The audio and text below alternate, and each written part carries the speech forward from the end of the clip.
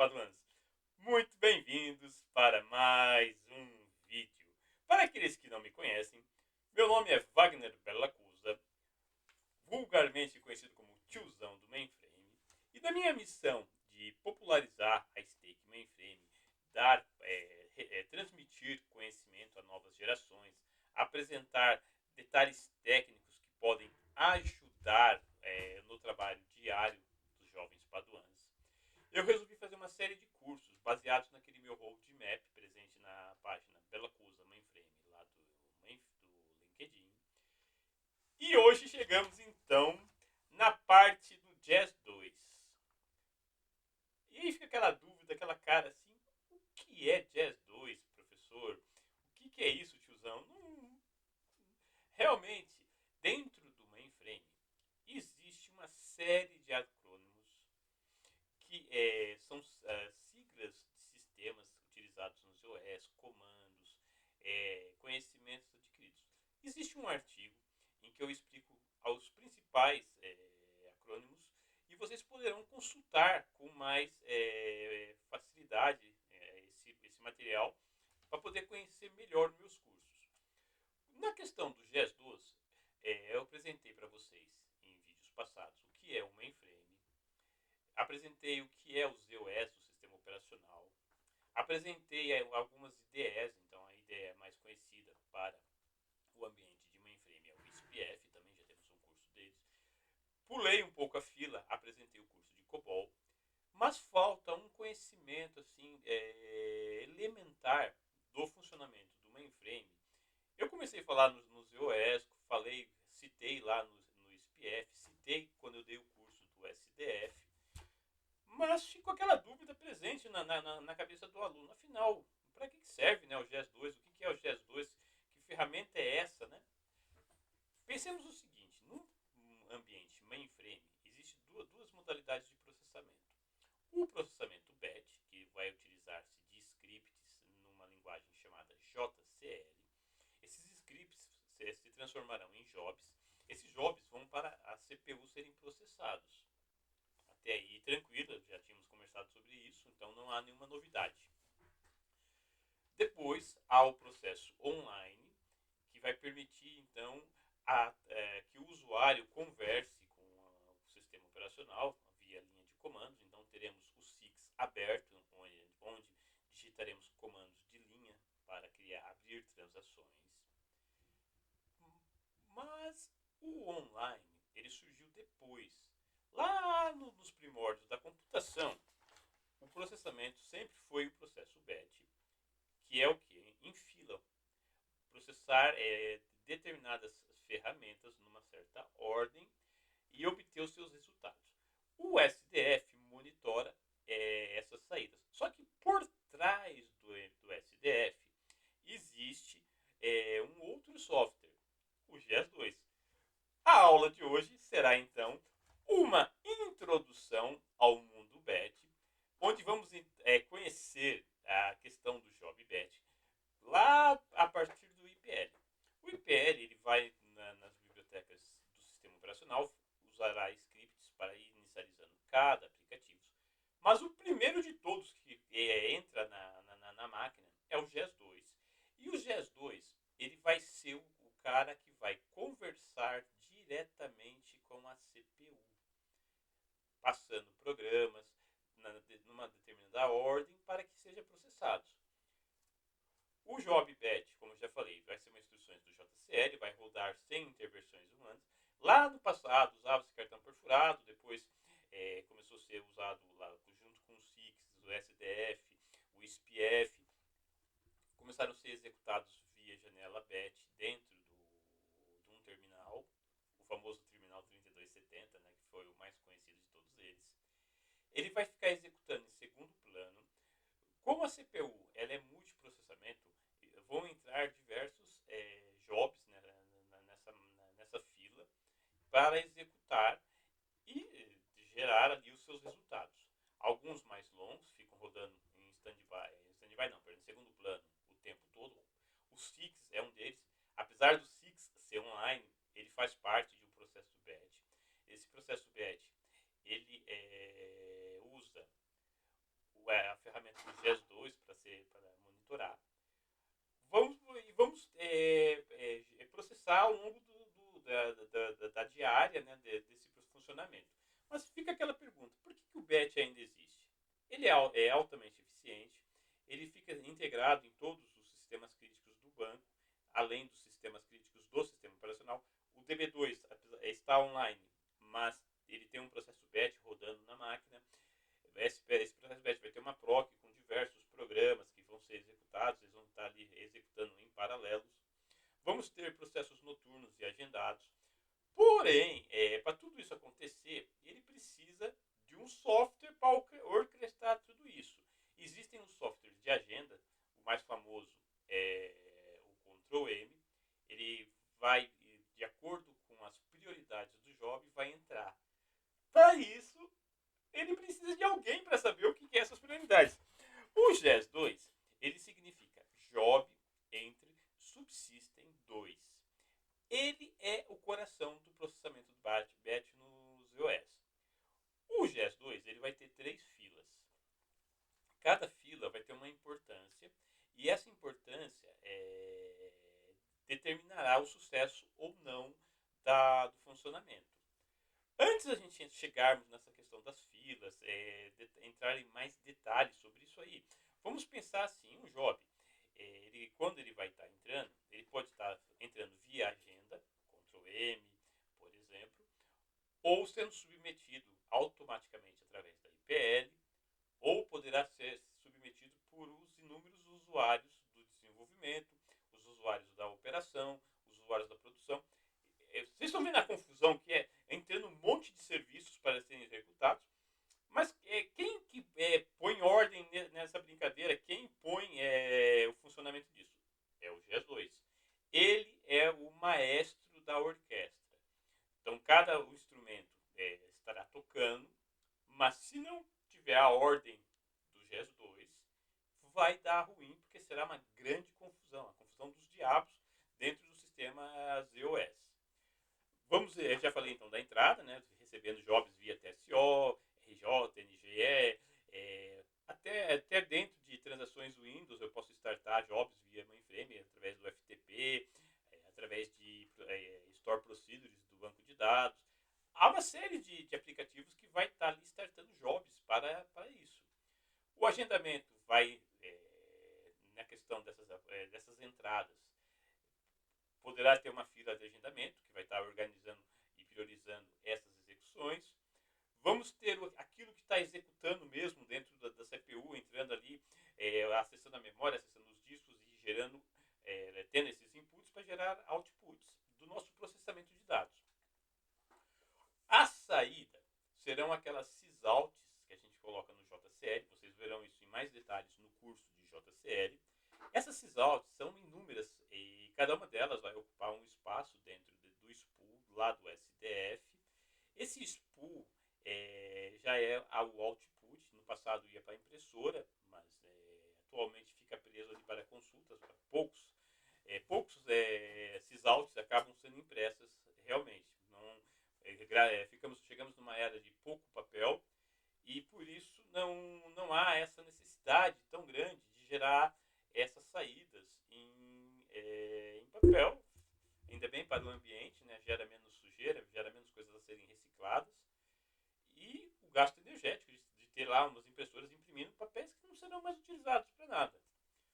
O GES2, como eu disse no princípio, eles são 3 filas, então esse software maestro, numa primeira fila, é a fila da entrada, a fila do input QI, ele vai estar ali com todos os jobs que estão para serem processados.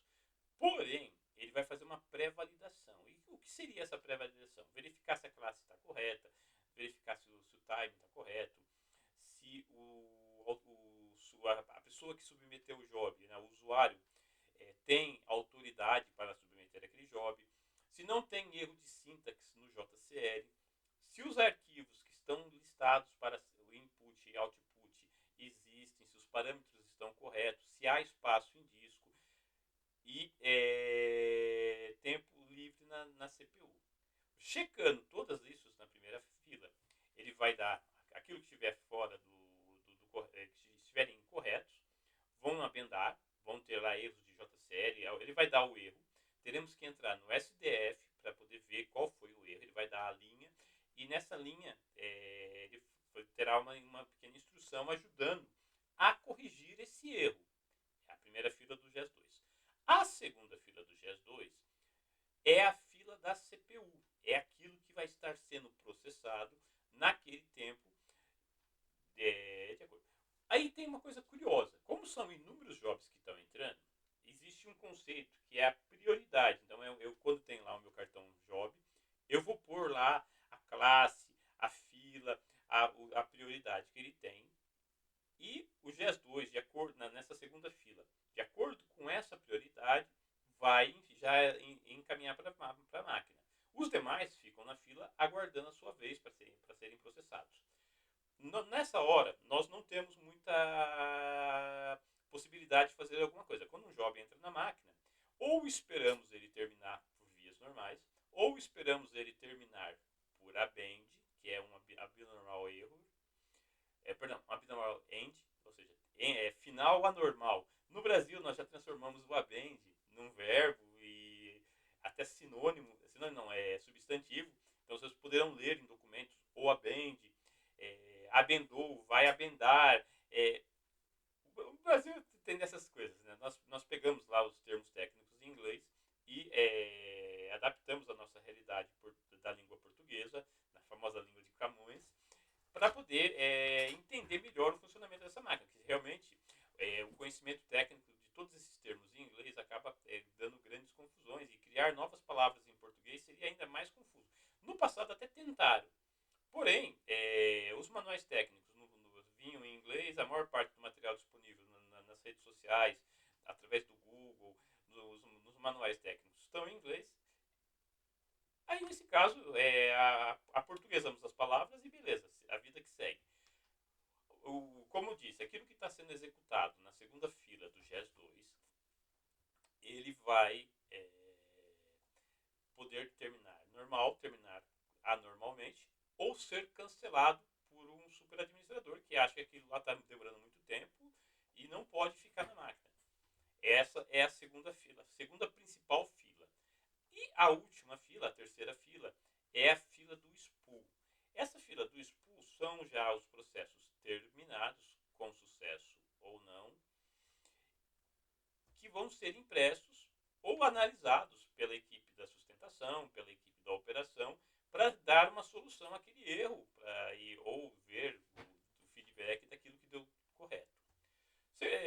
Essas filas eu simplifiquei em 3, mas na verdade, internamente, longe dos olhos humanos, seriam 5 filas, que seriam a input key, que é a fila da entrada, logo após a submissão do job. A segunda fila é a fila da conversão QE, que vai converter vai gerar uma interpretação do script JCL numa linguagem de máquina para formato interno.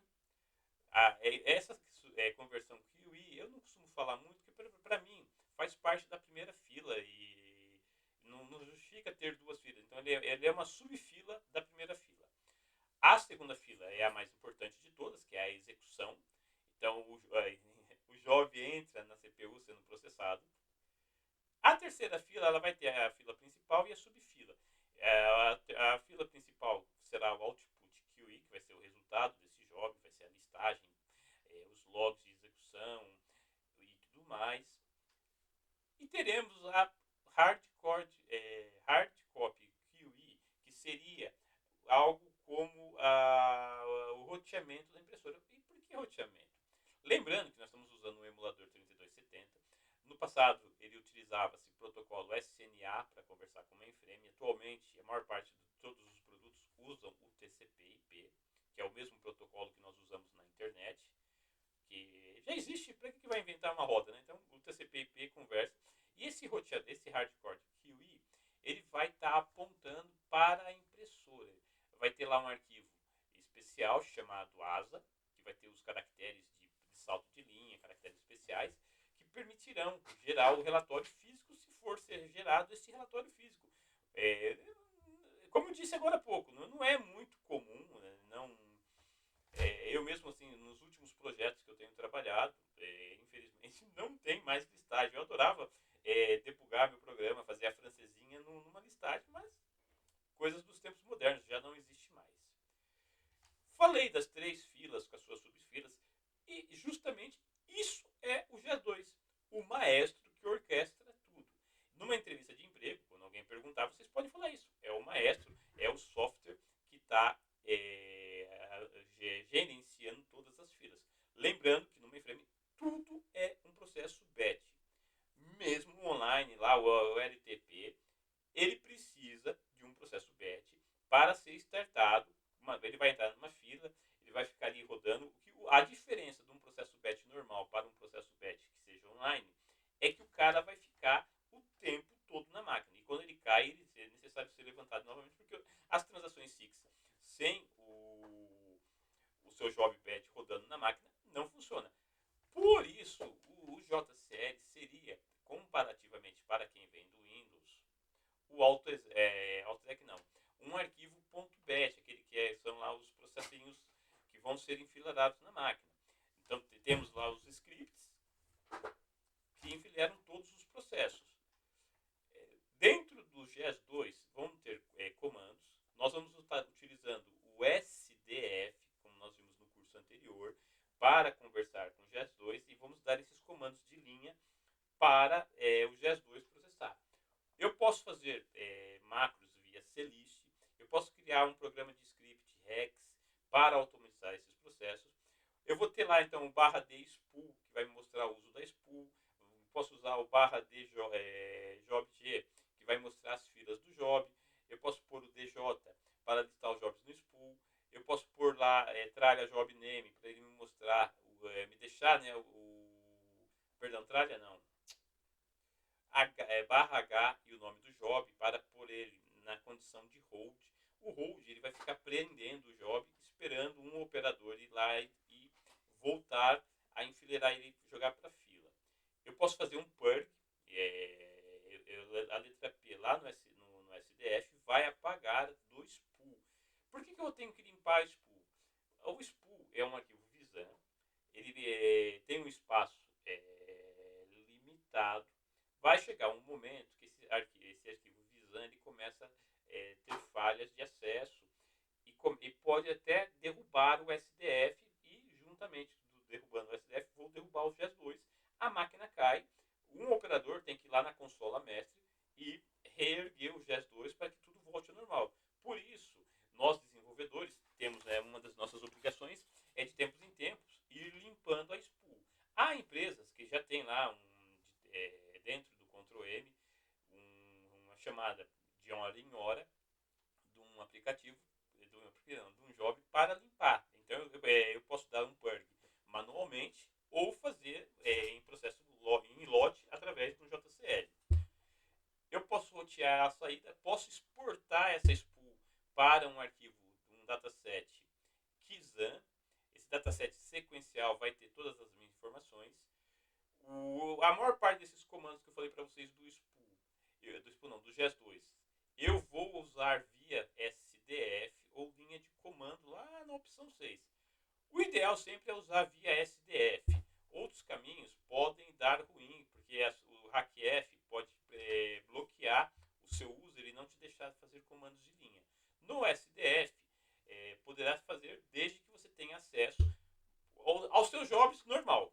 Tudo aquilo que for em que você tiver um seu grupo de trabalho, então o seu job e os jobs da sua equipe poderão ser feitos manualmente por você. Jobs de produção, jobs de outros sistemas, aí dependerá do hackf ou de um superadministrador que poderá fazer isso. Boas práticas que eu aconselho para vocês é sempre documentar o que o job faz, o programa, os arquivos que ele está usando como input, os arquivos que ele está usando como output, qual é a load lib onde ele está. Eu posso ter uma load lib geral, posso ter uma step lib que é para aquele determinado step.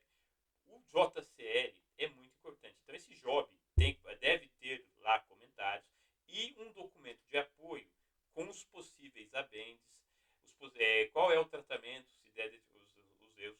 Como bom programador, o seu programa deve prever a maior parte das anomalias para que faça uma saída a quente, mas controlada. Nunca deixe de validar dentro do seu programa possíveis situações anômalas, porque se você deixar o sistema operacional pegar, vai vir umas mensagens, um dump monstruoso, mensagens herméticas que dificultam muito o trabalho. E são pequenas linhas de código que você coloca lá dentro do seu programa, os famosos bug traps, que tornam um código mais limpo e ajuda, né, a produção, ajuda lá a operação a trabalhar melhor. Outra coisa importante, evite deixar os seus jobs em hold lá no SDF GES2. Por quê? Começa a ficar muito serviço parado, o operador vai ficar confuso porque ele não consegue, né, dar conta. Imagine, dentro de um banco são centenas de sistemas, desses sistemas poderemos ter aí milhares de jobs entrando para diárias, jobs semanais, quinzenais, mensais, tudo misturado ali. Se você tiver muita coisa, vira um caos. É importante, então, controlar os seus holds e ir liberando conforme for, ou dar um purge ou cancelar de vez. Outra coisa muito importante, o analista de sistemas, uma das principais funções dele é pela manhã entrar no SDF e verificar lá todos os jobs que estão abendados com return code diferente de zero. O zero, como todos sabem, é um processo feliz, é o nosso caminho feliz, terminou tudo ok. Diferente de zero, vai ser o caminho tenebroso. E temos que ver por que deu esse caminho tenebroso. Dar a solução, corrigir, avisar lá a operação que foi corrigido o erro, enfileirar o job e boa. Nossos jobs, normalmente, eles vão ter lá uma prioridade, as classes do A até o H. Uma delas são classes de produção, não podemos usar, outras são classes de desenvolvimento, outras são classes de homologação, outras são classes mais rápidas. Converse com o analista de produção da sua equipe e peça para eles, dentro da instalação, qual é as prioridades que você pode usar no desenvolvimento. E não se esquecer de, quando passar para a homologação e para a produção, trocar para prioridades desses outros ambientes. O ideal seria também criar um Rex ou um Solution dentro do seu próprio profile para ir limpando aquilo, os seus return codes igual a zero, após 24 horas, ou após 12 horas, ou após um período de tempo razoável, desde que você consiga terminar o seu trabalho. Não ficar acumulando histórico dentro do GES2 lá, porque como eu disse, vai ficar muito mais, vai deixar a máquina mais lenta, vai atrapalhar os seus colegas.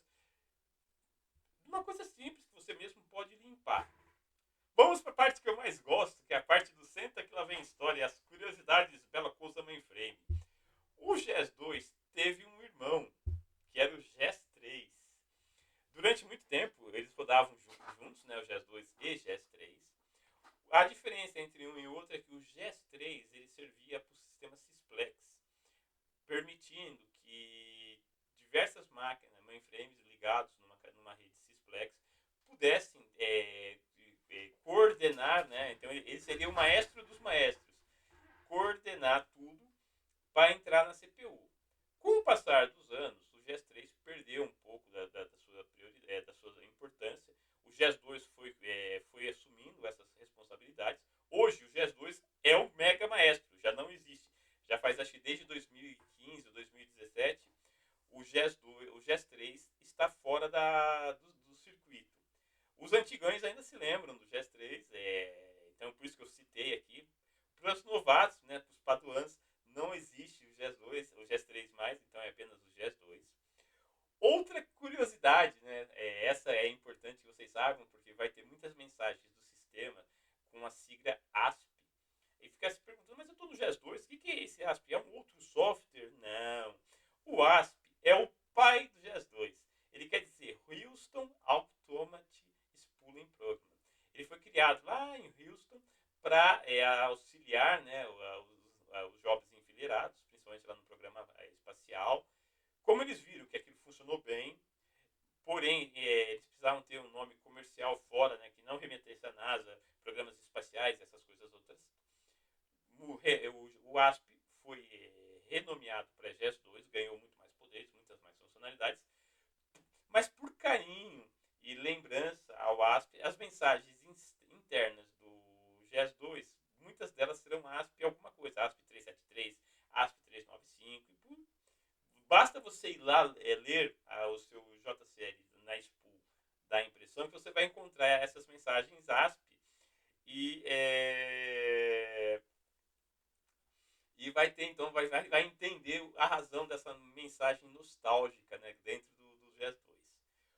Como eu disse, o GES3 ele usava, né, o NJE para poder rodar jobs entre os mainframes.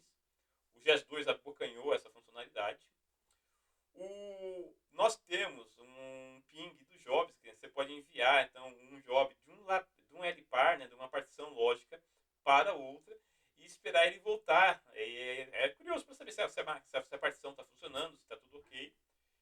Com isso, estamos chegando ao final da nossa jornada do que é o GES2. Resumindo, né, para que você possa se dar bem em umas entrevistas de emprego e possa entender como funciona, o GES2 é o maestro que vai avaliar todos os processos BETs dentro da execução do sistema, vai orquestrar tudo aquilo que está funcionando e vai ajudar vocês no seu trabalho. Todo job vai ter um return code. Esse return code poderá ser de 0 até 9.999. Lembrando, para nós, apenas o 0 é o que importa. Quer dizer que funcionou, deu tudo ok, o job terminou bem. Diferente de 0, ou é um warning, ou é um erro grave, ou é um erro severo, ou é um erro assustador.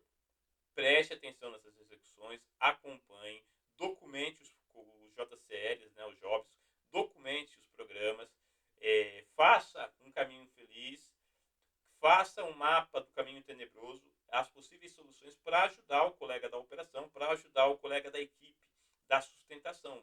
Muitas das vezes não será você que dará manutenção. Então, se tudo estiver documentado direitinho, vai ajudar muito.